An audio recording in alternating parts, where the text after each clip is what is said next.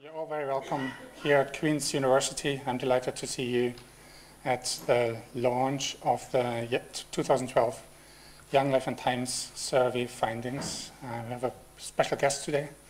The Minister of Education is here. Thank you very much for taking time to come along. The way we would like to run the event today is that I give some introductory information about Young Life and Times, some background information about the 2012 survey. We will then have Professor Julian Robinson from the University of Ulster talking about our findings with regard to community relations. Of course, this is Community Relations Week, and the Young Life and Times regulars are as welcome as those of you who have attended for the particular Community Relations Week today. Afterwards, Paula Devine, Dr. Paula Devine, my colleague here from Queen's University, who is the director of the Northern Ireland Life and Times survey, but is also involved in Young Life and Times, will talk about the community relations, equality and diversity education findings of the survey. And that, of course, is the part of the survey that was commissioned by the Department of Education. And it's really good for us to see that the Minister has taken time to comment on the findings. We've always been very strong and strong about wanting the survey to be used and practiced by volunteer sector organizations, by the departments and so on, and to see this actually being used and commented by the Minister is great for us. We then have comments by the Minister, and we have time for some questions, hopefully, afterwards, followed by lunch. So that's the plan. It's not just a particular nice day for us, it's also a very nice year because we have now 10 years of Young Life and Times. Last week I talked in our school about the ups and downs of running a survey for 10 years and the hamster wheel it can be occasionally, doing everything all over again. But once you actually arrived at the results and see it being used by both volunteer sector organizations, the media, and of course the departments as well, it's actually a great sense of achievement as well. So we have a big pat on our shoulder today, 10 years in, and hopefully more to go. Young Life and Times is a random survey. We don't run the survey through the schools. And of course there's an advantage of doing that because sometimes people don't attend schools. They're excluded from schools. They're sick, then hospital schools. Some schools are not so eager to include young people in surveys. We've used the Child Benefit Register for a number of years now, and our survey questionnaires are being sent out to young people in their home addresses as well. The opt-out letter was sent in October 2012. The actual fieldwork took place in November and December of last year, and some alarm bells are probably ringing already. Hang on a minute, that was the time when the flag protests took place, and yes, it was the time when the flag protests took place, and as Paula will say, and Gillian, there's evidence in our survey results about that as well. People can complete the survey online if they wish. We've moved into the 21st century. Interestingly enough, the majority do prefer to complete on paper. In fact, the vast majority, about 95%. That's a response rate of 32% in the 2012 survey. You can see there's a slight drop. Now, you would think in 2011 we obviously offered people money, so that's why the response rate went up. In fact, that's not the case. What actually happened is we sent out opt-out letters before we sent the questionnaires. So our feeling is that people, when they didn't return the opt-out letters, were probably feeling, well, okay, I didn't say I wasn't going to take part, so now I have to. So maybe that is the actual effect of that. But generally speaking, 32%, about 1/3 of people contacted, is a very respectable response rate for any postal survey. We do give away some prizes, as you can see, for online respondents and 5 cash prizes. The topics included last year were community relations. That's included every year, and we are particularly grateful for to the OFM DFM who funded us for the previous 2 years and the next year to run these questions and also provide the core funding, i.e. pay half of my salary to keep the survey going. We also have the community relations, equality, diversity, education questions, as I said, commissioned by the Department of Education, and thanks very much, Andrew Bell, for being such a good partner from designing the questions to allowing us to have the Minister here. It's really much appreciated. And we had questions from the Commissioner of Children and Young People, Nikki. Again, 2 people are here. Some of the longer reports produced by Nikki 2 weeks ago are outside and they actually combine the survey results from the Young Life and Times as well as the Kids Life and Times, which is another project of ARC, and you can grab a copy outside or access it online if you wish. And finally, we have questions on lesbian, gay, bisexual, and transgender people. As I said, we feel very strongly about making a contribution to policy making in Northern Ireland, and that, of course, is a very important area as well. And I will briefly talk about some of the findings in relation to that as well. We always take on questions that the young people tell themselves we should be asking, and that is something that over the years has come up by young people, by Young Life and Times respondents, that they felt we should be asking about that. It is an important area, and that is one of the reasons why we do. Okay, very briefly, who took part? So about 42% of the males, 58% female. We have a relatively accurate breakdown in terms of the actual proportions of the population with regard to religion and also educational background. So we capture 7% of people from integrated education, so a majority grammar school, and the rest of them secondary schools. In terms of sexual attraction, again, we have 93% who were opposite sex attracted, 7% same sex or both sex attracted. And most of the people, about 3/4, live with their parents, but some, as you can see, don't. And we've been asking for the financial background information for a number of years now as well. And you can see that about just slightly less than 1/4 describes their own situation as well off, compared to 19% who describe themselves as not well off, and the rest in the middle. A question that we've introduced with the start of the economic crisis is that one, and we wanted to know how people have been affected by that. The figure shows that the proportion of those who hadn't been affected at all has decreased up to 2011 and slightly increased in last year. But overall, you can see that the vast majority, over 3/4, have been affected at least a little or a lot by the economic crisis. Those are the very brief responses with regard to LGBT communities. 93% of our respondents said that they actually knew someone who was lesbian, gay, or bisexual. And we asked about how they feel towards lesbian, gay, and bisexual people. And it's interesting to see that those who knew them felt much more positive towards them. As you can see, 24% compared to 64%, and I would imagine that the minister will allude to some extent in relation to the CRED education to the positive effect of having contact with people who are different as well.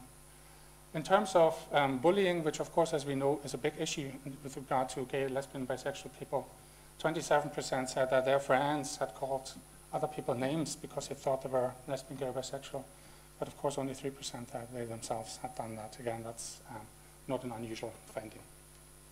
Okay, that's it in terms of background. We don't have much time today, and I invite Professor Gillian Robinson now to talk about the community relations findings.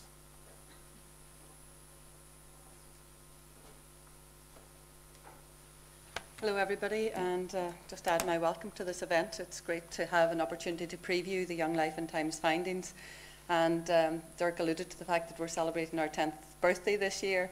It is amazing to think that the Young Life and Times survey has been running in the current form for that length of time, and of course the adult version of the survey has been running for over 20 years now, so we do have a fantastic time series building up on these issues. Specifically today, I wanted to just look at 10 years of monitoring community relations attitudes that are held by our 16-year-olds. My colleague Paula Devine has produced a research update on the findings from this year's survey, but I'm going to speak more generally about findings over the 10 years and just very briefly draw attention to some of the key trends over that period. Oops. Okay, so as I've said, we've got this unique and valuable Northern Ireland Time series. Since 2003, the questions that we've asked of young people have covered three main areas. That's been perceptions of relations, how do people think the relations are between the two main communities, contact and mixing, and identity. And you'll find on our website all the resources that have been produced over those 10 years, 7 or 8 research updates, a book with another book to come, and many other academic publications and reports. So what, if anything, then has changed over the 10-year period? And I found it very interesting in preparing for this to go back to the very first report that was produced from the 2003 figures. And the report, which was entitled Us and Them, ended with this comment: "The results indicate that national and religious identity are important issues in the lives of 16-year-olds in Northern Ireland in 2003. However, although residential and educational segregation also play a part in their lives, there is evidence to suggest that respondents would prefer more integration in terms of neighbourhoods, schools and workplaces." Okay, so that's what we were saying with the data 2003. What's happened since then? And the first figure that I want to draw your attention to is one of the baseline questions that we ask of 16-year-olds every year, and we also use it in the adult survey. So we ask people, do they think that relations between Protestants and Catholics are better now than 5 years ago? And this slide shows the breakdown by religion. So if we look broadly at the trend, you can see that over the years there's been an upward trend. That has fluctuated over time with dips and troughs, largely in line with the political situation and political developments at the time. But what we, I suppose, are maybe disappointed to see is that in the most recent period, there's been a decline again in terms of how people perceive relations to be. And the second thing that perhaps I should draw your attentions to is that in the early years of the survey, there was a considerable gap between the Catholic community, the Protestant community, and those who claim no religion. Over time, that gap has narrowed, so that our young people from the two main traditions and those who have claimed no religion have become closer together in their views, so that with today's findings, you can see there's only 3 percentage points between the difference. So that's quite interesting. The other point to note is that the top line, which is blue, which is the Catholic line, we found over the years that in response to this and many other questions indeed, the Catholic community were more positive and more optimistic in terms of their views about how relations are between the main communities. But as I say, that has changed with those of no religion and those from the Protestant community narrowing that gap and catching up, so that there's less divergence in terms of the views. Now, Dirk mentioned the flags protest. The survey was in the field in November and December. So some of our young people were filling in their questionnaire and sending it back at the very time when our television screens and our neighbourhoods, if you were living in certain neighbourhoods, were undergoing the impact of the protests and so on that were going on. So perhaps it's not surprising that a survey that's in the field at that time would show a dip. And it will be interesting to see that, while obviously the issue has not been resolved yet, it will be interesting to see that in next year whether or not that dip is still evident, or whether things pick up again, or what happens. But the advantage of a time series is that we just don't have the one snapshot, if you like. We are able to look at things in context. And I suppose my main message here is that overall there's been an upward trend over the years. The second question is about the future. So what do we think about the future? And you can see here that similar trends are evident, with the Catholic community more optimistic. And again, we see the dip in the last couple of years.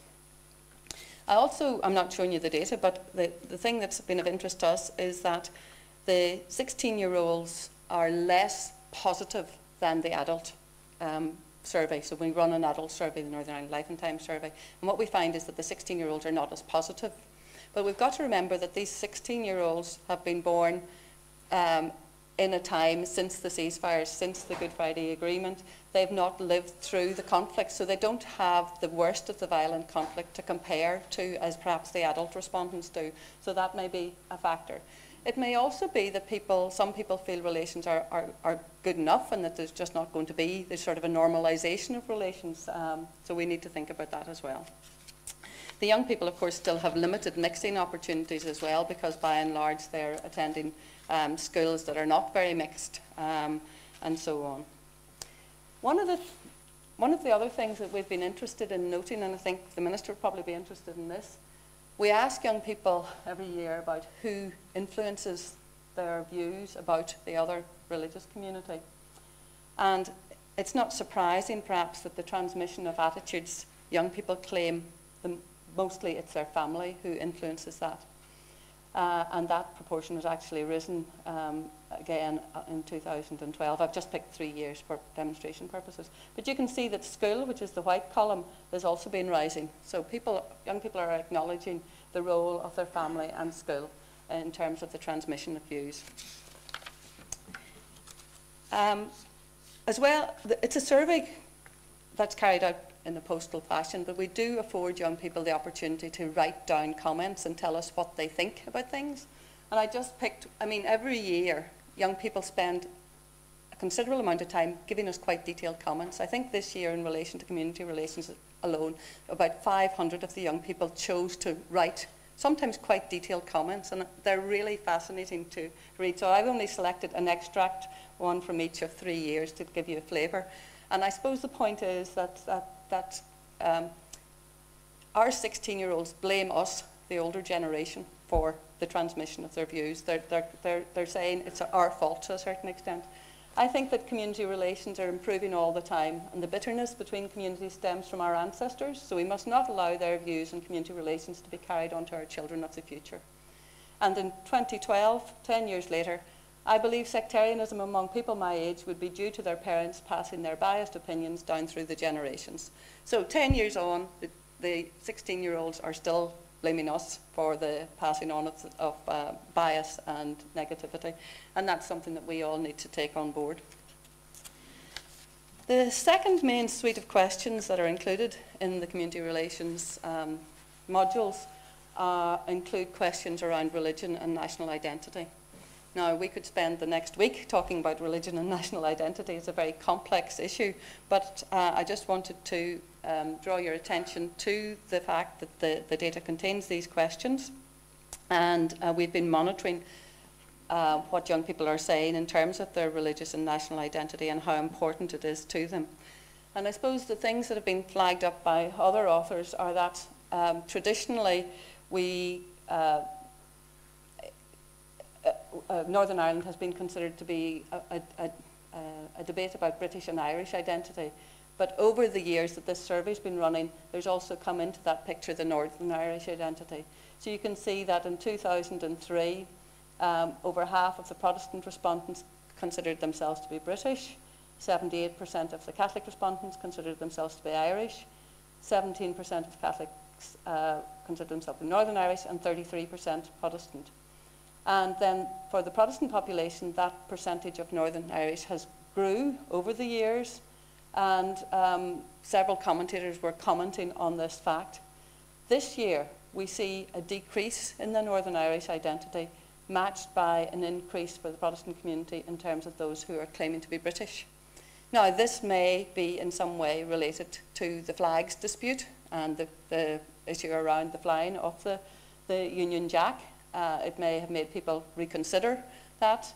We're not sure what the influence on that is, but certainly Ulster as an identity has continued to diminish for the Protestant community, so the debate is really a three-way one around British, Irish and Northern Irish.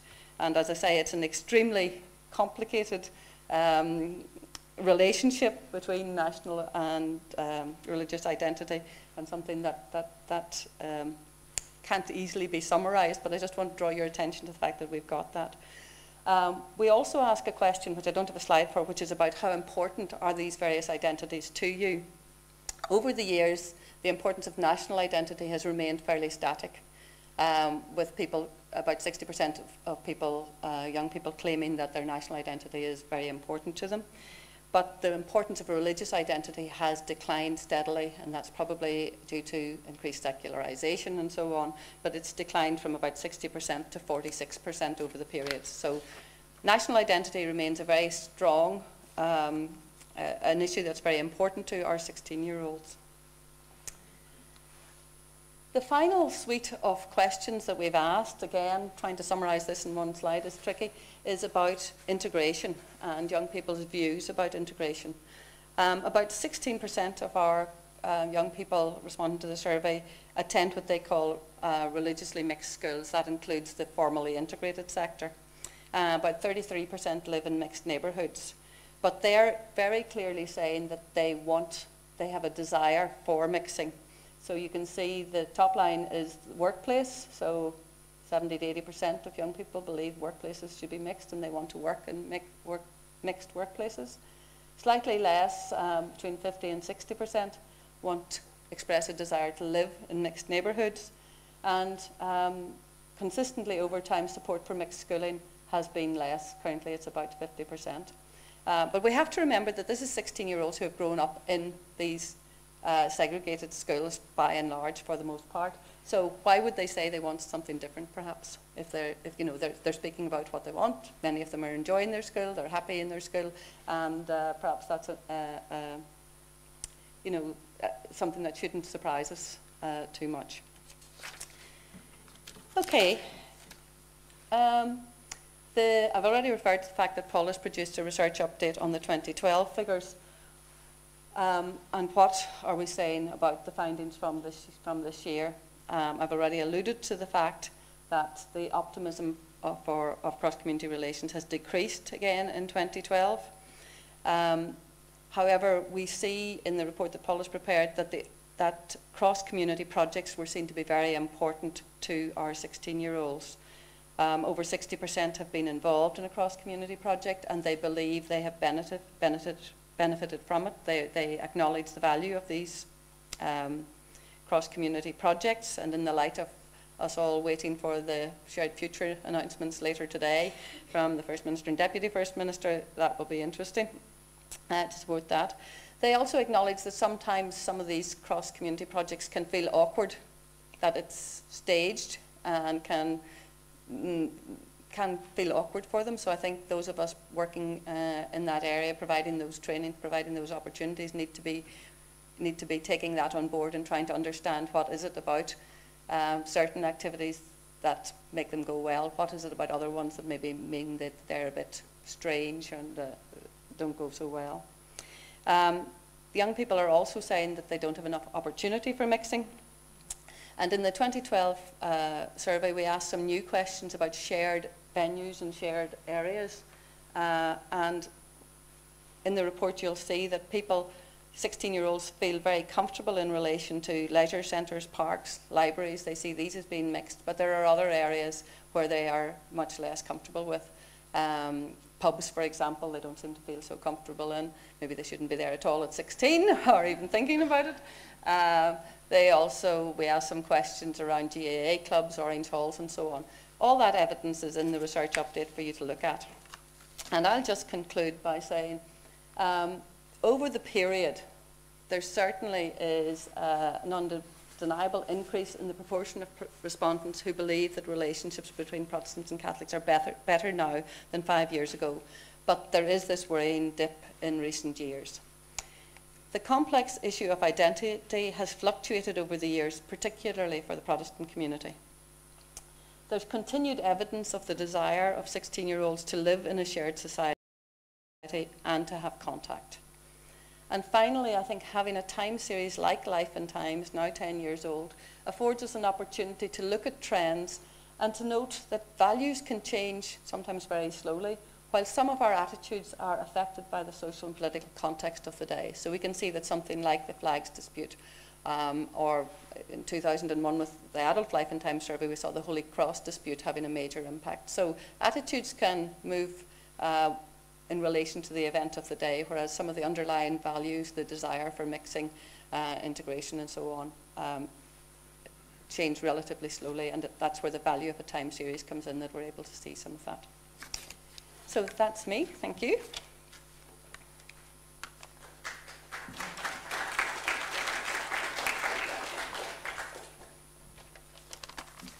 Thank you. Now I just want to do a a quick run through some of the findings in the survey relating to community relations, equality and diversity, and this is something we worked very closely with Andrew Bell on, and I say we just want to highlight some of the key issues that have come out of this.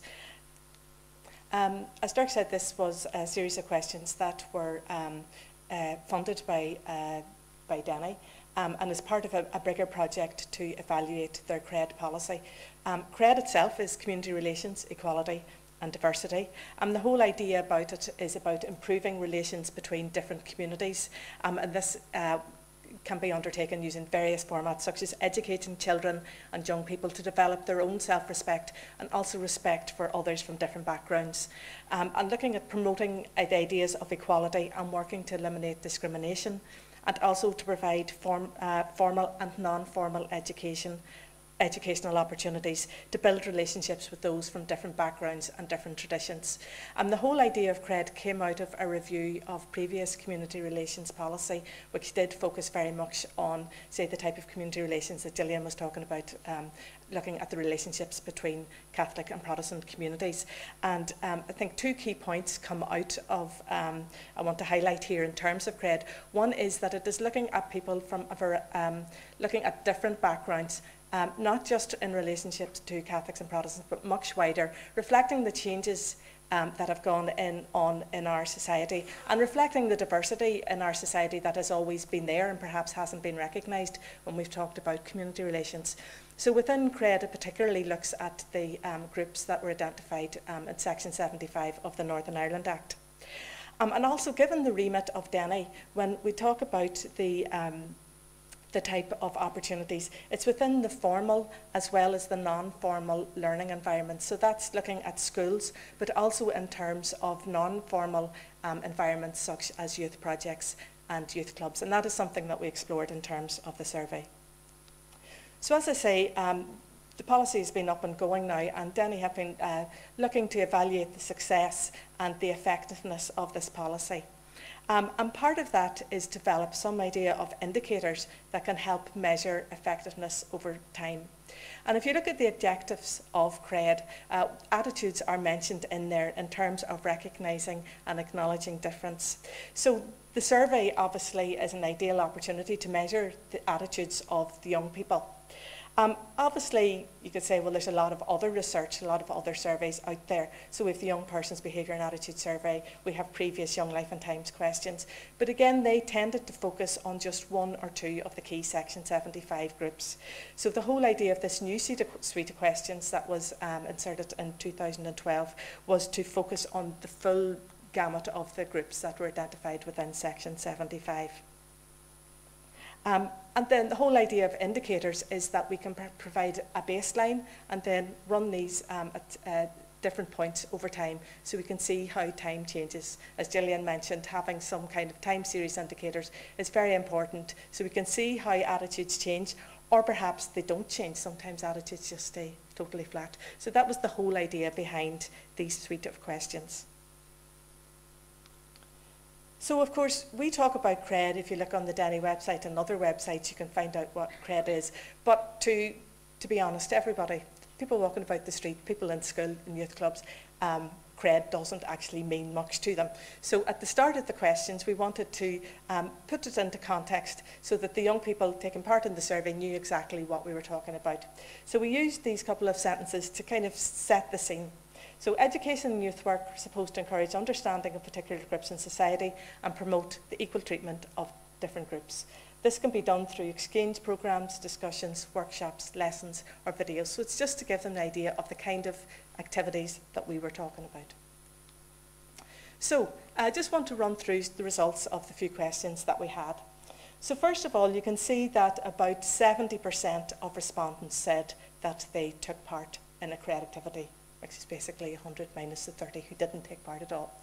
And if we look at those participants, looking on the right-hand column here, just looking at that group of people who had taken part, we asked, had they taken part in these activities in school, or had they perhaps taken part, done CRED activities within an informal environment, or perhaps they'd done them in both settings. And just over half said that they'd undertaken CRED, but it was only in school. For 14%, it was in a youth club or a youth project, but 29% said, well, they'd actually done it in school and they had done it in some other setting as well.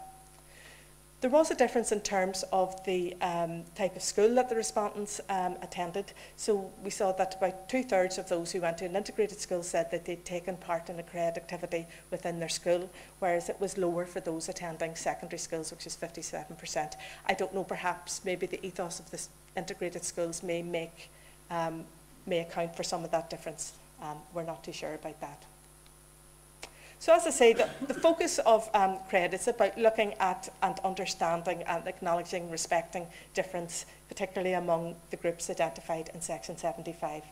So for each of the 10 groups listed here, we asked respondents, those who had taken part in some kind of CRED activity, if they had looked at these particular groups. And we asked this separately in relation to school and also in relation to youth clubs and youth settings in general. So I suppose two things to come out of this is, obviously there is difference in terms of the width and the breadth and spread of looking at these particular groups. So some of these, for example, religious beliefs, 2/3 of respondents said that this was covered within those are respondents who took part in some kind of CRED activity at school, but also in terms of those who took part within a youth setting. Whereas other groups, such as those with caring responsibilities, those with dependents, marital status, sexual orientation, those weren't covered quite so well. And that is, say, one of the striking findings there. But we can also see that there seems to be some difference in terms of the coverage of the particular topics depending on where the activity was undertaken. So, for example, religious beliefs, ethnic background, disability seem to be covered a bit more within a school environment than they are within a youth club setting, according to our respondents. And in fact, there was no, only age is the only topic there where slightly higher percentage of respondents said that this was covered in a youth setting than within a school setting, but that was only 2 or 3 percentage points, so that's actually statistically very negligible. We also then wanted, to, as I say, to look at a baseline of young people undertook all these activities. Did that actually make any difference to their views? Now, as Dirk explained, the Young Life and Times is mostly a paper or online questionnaire, so there are obviously going to be a limit to the type and number of questions that you can have. So we spent quite a long time trying to work out how we would ask this question, or kind of tap into the idea of changing attitudes to be more positive. So we asked respondents 2 sets of questions, and the first of these was there general perception that people within their school or within their youth club who had undertaken these activities, had this resulted in a more positive attitude towards these particular groups? So again, 2 main key points here. The first is that about 2/3 of respondents for each of those groups said that yes, it had resulted in more positive attitudes in general. The difference between those in youth clubs and youth settings, it wasn't massive, but there does seem to be some, those in youth settings, there seem to be more positive attitudes emerging from that. We also then asked respondents, well, do you think it resulted in more positive attitudes for you yourself, as well as just for participants in general? Again, we can see that fairly high percentages there for every one of those groups, obviously some higher than others. Say, for example, in terms of religious beliefs, more than 4 out of 5 respondents who had undertaken CRED in school, as well as those who had undertaken CRED activity in a youth setting, said that yes, it had resulted with they themselves feeling more positive about people from different religious beliefs. The differences there between the type of setting actually is much smaller than it was in terms of perception of attitudes in general, the change in attitudes among participants in general. So, I say just a quick run through. Obviously, there's a lot of numbers and a lot of graphs there, which can be a bit difficult to run through in a very short space of time. So just to highlight some of the key points that are coming out of that. I suppose the question is, so what? What are the key messages that we're getting? Well, 70% of respondents say that they have experienced some of these activities, and these generally seem to be effective. We saw that about 2/3 of respondents felt that yes, their attitudes had changed to be more positive. Of course, there is the caveat that the question wording can also make a difference. We asked respondents, did the engagement with these activities result in more positive attitudes? We can understand their response if they said yes. If they said no, it didn't, that could be for many things. It could be that their attitudes became more negative. It could be that their attitudes remained the same.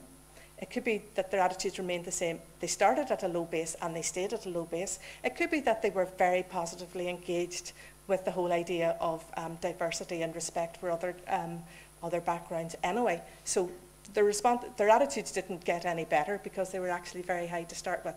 But as I say, that is something that to untangle that within a survey such as that can be quite difficult. But as I say, we do have some basic indication that these policies seem to be effective and resulting in general positive changes. But what we do see is that some topics are being covered very well in schools, for example, in terms of different ethnic backgrounds. But others aren't being covered to the same extent. And I suppose one thing is to, perhaps for policymakers to think, well, why is that? Are other topics seen as being too controversial? Are they seen perhaps as being not that important locally? Or perhaps it's to do with the type of school and discussing particular topics aren't seen as perhaps fitting into the school ethos. Also, there seems to be some indication that participation in the CRED activities within the informal setting, within youth clubs or youth projects, seems to be more effective perhaps than those being undertaken in schools. And I suppose there could be various reasons for that. One could be, is that due to the lack of appropriate training among different facilitators?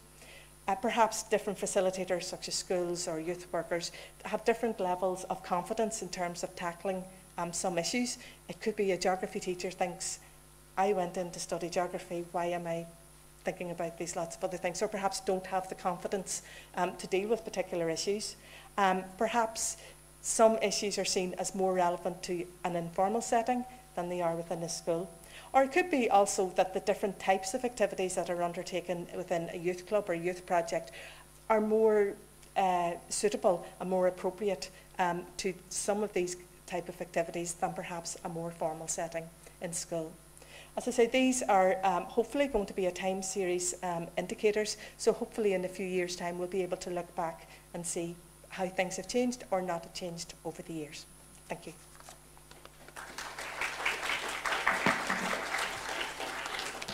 Okay, so I'd just like to ask the Minister for Education for his response to these findings. Thank you. Thank you. Good afternoon, everyone. It's Rona Vai. Agus Guru Mai Agav, as in Courier Cor Arm Lorch, Axolo, and lay in you, Shallow Hagan, every Shockton Huriv Pobble. Good afternoon, and thank you for the invitation to speak at today's lunch, coming as it does during Community Relations Week. As Education Minister, my aim is to build an education system that enables young people to develop as confident, articulate individuals, able to take their place in society and be valuable contributors to the economy. One of the many roads falling to myself in achieving this is to set policy, and good policy is to ensure or is built upon good research. Surveys such as has been undertaken by ARC greatly assist in collating independent views on a range of issues. In particular, the Young Life and Times, along with the Kids Life and Times, provides one of a number of ways in which young people's voices can be heard on topics which are relevant to them. In engaging with children and young people, and indeed adults, the Life and Times series of surveys provides an additional benefit in being able to compare and contrast general views as well as testing attitudes at a specific point in time. So we'd like to take this opportunity to recognise the contribution ARC researchers make and to thank them on their work, and indeed to wish you a happy birthday as well. I am pleased that the topics covered in the 2012 survey cover areas that are particularly relevant to my department. As you will know that in recent weeks the spotlight has been on moving forward towards a shared future, and as has been mentioned, the First and Deputy First Minister are making further announcements in that regard today. It is therefore timely that the main topics for the 2012 Young Life and Times include community relations, cross-community relations, cross-community contact, shared education and lesbian, gay and bisexual issues. My department has been involved in community relations work for over 30 years, work which has gone on in the background through schools and in youth work. The CRED policy has been building on this work. 2 years ago, my department launched a revised policy for addressing community relations in early years schools and youth settings. The aim of the Community Relations, Equality and Diversity in Education policy, or CRED for short, is to educate young people to develop self-respect and respect for others, as well as providing opportunities for young people to meet and, importantly, have meaningful discussions with those perceived to be different, to learn about each other from each other. In addition, the CRED policy supports and underpins the curriculum by ensuring that teachers and youth workers have the knowledge and skills to address difficult and sensitive issues. But any policy is only effective if it achieves its planned outcomes. And to ensure that the CRED policy achieves the kind of outcomes it is intended to achieve, that is, to ensure young people have the skills, attitudes and behaviours to value, respect and engage positively with difference, a number of measures have been put in place to monitor and evaluate its effectiveness, including, as we've seen today, a module commissioned as part of the Young Life and Times survey. My officials have worked closely with ARC researchers to develop questions to seek directly from young people their experiences of learning about community relations, equality and diversity, and to determine whether the activities in which they have engaged are making a difference to their attitudes. I am pleased that the results have shown a significant level of young people have been involved in such activities, and that these activities seem to be effective in changing attitudes. But while the results are encouraging, there is more work to be done to embed community relations, equality and diversity within our education system. There were less positive views on community relations, perhaps understandably reflecting the tensions of what has been known as the flag protests, and also worryingly towards the lesbian, gay, bisexual communities. This clearly demonstrates the need for this work and the need to continue to monitor the effectiveness of the policy. I have no doubt that our young people hold the key in making a shared future a reality. It is, after all, their future. Last year we saw the commencement of what has been referred to as a decade of centenaries. In a joint statement, executive ministers recognised the political, social and cultural consequences of what happened during the decade 1912 to 1922 and the consequences which is still faced across the island of Ireland. It is a rich and complex period of our history that will require thoughtful handling and joined-up thinking that will knit together schools, museums, libraries and all of those who can improve our understanding of the past. This decade of centenaries presents a tremendous opportunity for children and young people to gain a better understanding of our complex past as we contemplate building a shared future together. They will also provide the context within which community relations, equality and diversity are being addressed today. It is important that we learn the lessons of our collective history so we can teach others. Perhaps in another 100 years, future generations can look back to the decade of 2012-2022 as the one which began a genuine shared future for us all. In regard to shared education, amongst the key developments which the current decade will bring is the Executive's commitment to advancing shared education. You will be aware that the Ministerial Advisory Group on Shared Education published their recommendations within the last few weeks. The 2012 Young Life and Time survey, together with a similar module in the Kids Life and Time survey, provide a valuable insight into what our young people perceive as the benefits and challenges of making shared education a reality. And indeed, one of the comments about young people feeling comfortable in those environments, I think, is important as we move forward with shared education. But what are the benefits? The Ministerial Advisory Group have stated their view that shared education is central to improving the quality of education provision, expanding the range of opportunities open to children and young people, and preparing them with the skills to make a full and active contribution to building an inclusive society. Through shared education, young people can meet and learn from each other, learn about their culture, social, national and religious identity. Yes, they should learn about numeracy and literacy and other curriculum subjects, but they should also learn about each other from each other. And let's not forget that there is widespread public and political consensus for advancing shared education. What we need to do now is agree how best we advance this for the benefit of all our people. The Ministerial Advisory Group made 20 recommendations, and I'm currently considering them. Unfortunately, while educational stakeholders have mostly welcomed the report, some within the press and politicians have focused on 3 that relate to academic selection. The Ministerial Advisory Group did state in their report that they are concerned not to impede progress and that the lack of consensus regarding the future of academic selection should not be an obstacle to implementing the first of 17 of their recommendations. Knee-jerk reactions or creating a political row in relation to advancing shared education is quite simply a mistake. As a society, let's focus on identifying what we can agree on before we hit the self-destruction button over recommendations that we disagree on.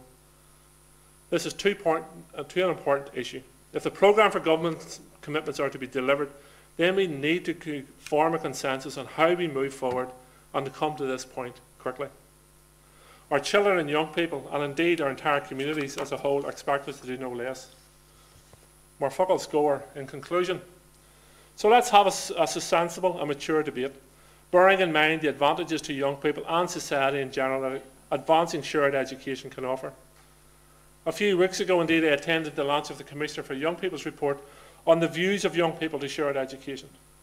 The Commissioners also engaged ARC to include a module in both the Kids and Young People's Life and Times survey on shared education.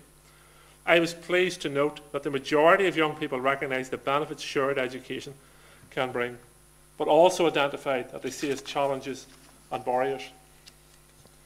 Such information from those who are directly affected is invaluable, and I can assure will form part of my deliberations as we move forward to develop policy in these matters. And this proves the worth of surveys such as the Young Life and Times.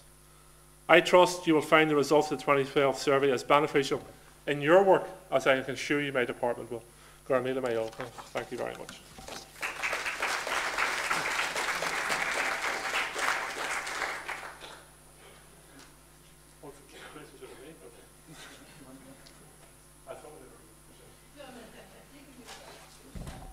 Thank you very much, Minister. Much appreciated. We have about 5 to 10 minutes time for questions, and I would strongly encourage you to take the opportunity to ask if you have any. Please. My name is Mike Leary. I'm a psychotherapist and also supervisor in the Independent School Counselling Service, which is funded by the Department of Education. And I always make a point of coming to this launch of the ARC findings because it is so important that it kind of links up various strategies, government strategies, including the suicide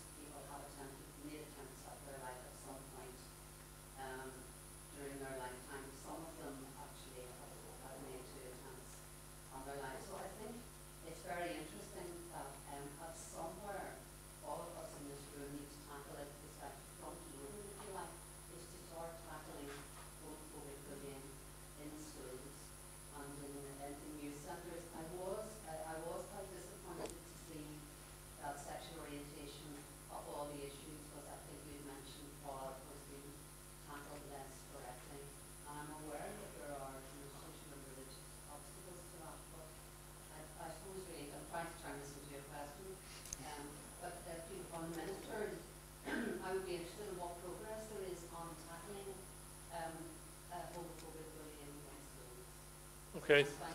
Thank you. Thank you. Well, I think in terms of even how our policies now developed, 2 years ago we introduced the Community Relations and Equality and Diversity policy.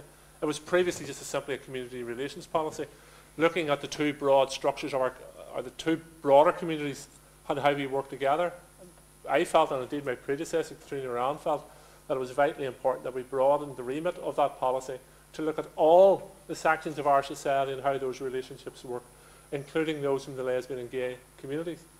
The survey does highlight there is a bullying problem in our schools over homophobia. There's a bullying problem in our schools over a wide range of issues, and we have adopted the approach in our guidance to schools and in our policies in relation to this matter that all bullying is wrong and all bullying should be tackled by schools. We have brought on board the gay rights movement into relation to the anti-bullying forum to advise and be part of the development of that policy. I have undertaken to study legislation which has recently been introduced into the south of Ireland, which specifically mentions a number of areas of bullying, including homophobic bullying, to see if we should bring that legislation into our jurisdiction specifically. There is a very strong argument, however, that if we identify one or two, or a wide range of areas where people are being bullied, that you inevitably leave someone out, and therefore then that bullying is seen to be more acceptable than other bullying. And I want to work my way through that debate. But there's clearly more to be done. Any form of bullying is wrong. And as has been shown here, identifying someone because of their sexual orientation is wrong, completely wrong. So I think we have made improvements, but there's more work to be done.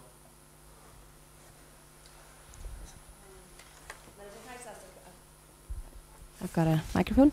I work for a youth charity, Public Achievement, and one of the questions I would have for the Minister today is just, and it could be maybe you don't know the answer to it, but the shared future document that could be announced this afternoon. What I'm thinking is the ARC finding is what an awful lot of youth sector is saying. A, the youth and community sector have been cut, our budget is cut to death in relation to CRED compared to what schools are getting. Following on from that, the ARC findings would go against maybe what Shared Future is going to be saying this afternoon, and not to prejudge what's going to be said, but the assumption is that only young people, their needs are sectarian. And I think there's an issue in that the young people that are staying in schools are also sectarian, and the schools maybe aren't dealing with it. So I think that if there is a way of putting pressure on the document when it comes out, is CRED going to sit alongside the new strategy coming out? Is it going to be completely standalone? Is there any, maybe you can't answer, maybe it's going to be after this afternoon's judgment, but is there anything that you can give to assure the youth sector that actually CRED is going to still be in place and there is still going to be money spent across the board, both within formal and non-formal education? Okay, well, the First and Deputy First Minister will publish the report this evening. And I don't want to say too much about it, it's got myself into trouble over it before. But the CRED policy will continue. The CRED policy is an integral part of community relations and understanding, and it'll play its part within education. I am slightly concerned that you're saying your CRED policy has been cut within the youth services. In the last two budget announcements I have made, I've increased funding to youth services quite significantly. So I am concerned that I'm getting reports back that the CRED funding has been cut within youth services, and that's something I will take a look at when I go back. But CRED continues. It's a relatively new policy. I think it's based on sound evidence. We have to certainly take account of surveys such as this, and where we need to improve upon it, we have to improve on it. But it's part of the overall executive thinking as to how we move forward towards community respect. And when I say community respect, I mean all elements of our community.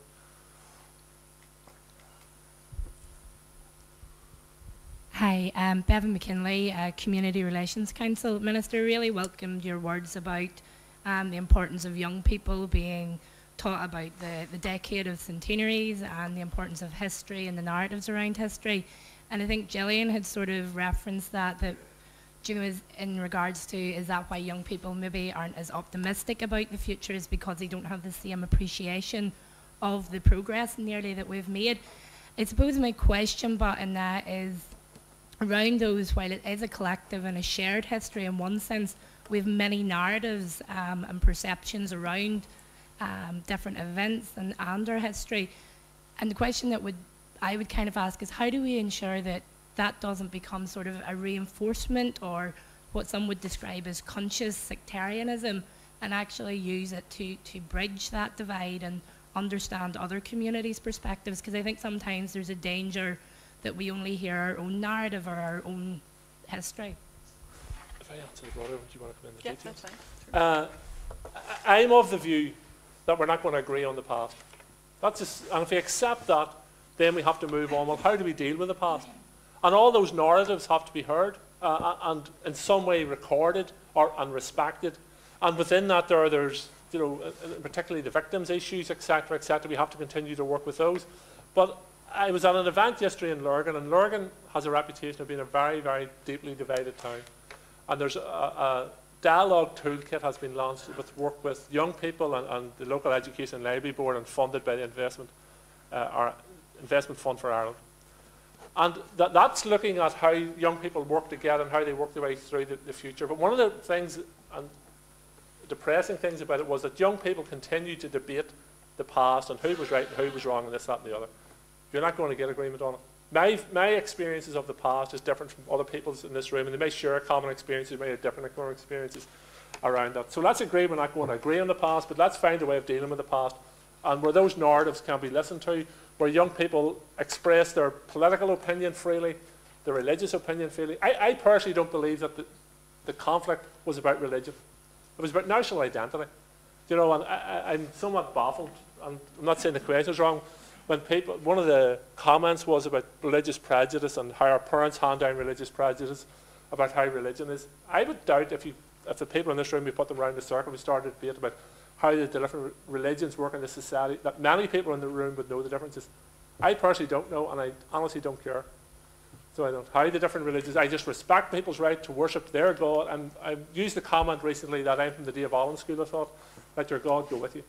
So that's where we are.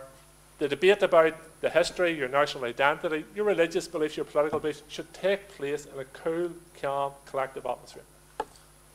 Yeah, maybe I could just add to that very briefly. I mean, I think it's a very important question around the activities in this decade. I mean, as the Minister said, this could be a real opportunity for us, but your question is, how do we ensure that it is an opportunity in moving forward towards a more shared future? I mean, in relation to the surveys, it's quite difficult to speak specifically, but it is important to recognise that I think the fact that 1,200 of our 16-year-olds took the opportunity to get involved in this survey, and some of them are in this room, is an indicator of engagement by the young people. Within ARC, we also run the Cane website. Increasingly, the inquiries to the Cane website are coming from the younger generation who are anxious to clarify what happened, perhaps an event that affected their family. They're coming to us with questions. So I think there's an appetite for information and an eagerness to understand. As the Minister says, we may not always reach agreement, but more information, more understanding, I think is very important as we move forward, and hopefully surveys like ours can monitor how young people feel about the way that's been delivered, their satisfaction with it, and so on and so forth. I'm conscious of time here. Maybe one more question, if that's okay. Lunchtime. You're conscious of time yourself. Well, thank you very much. Just to finish off, Mary, we have another survey next year, and mental health is actually going to be one of the key subjects we're looking at. It's repeating the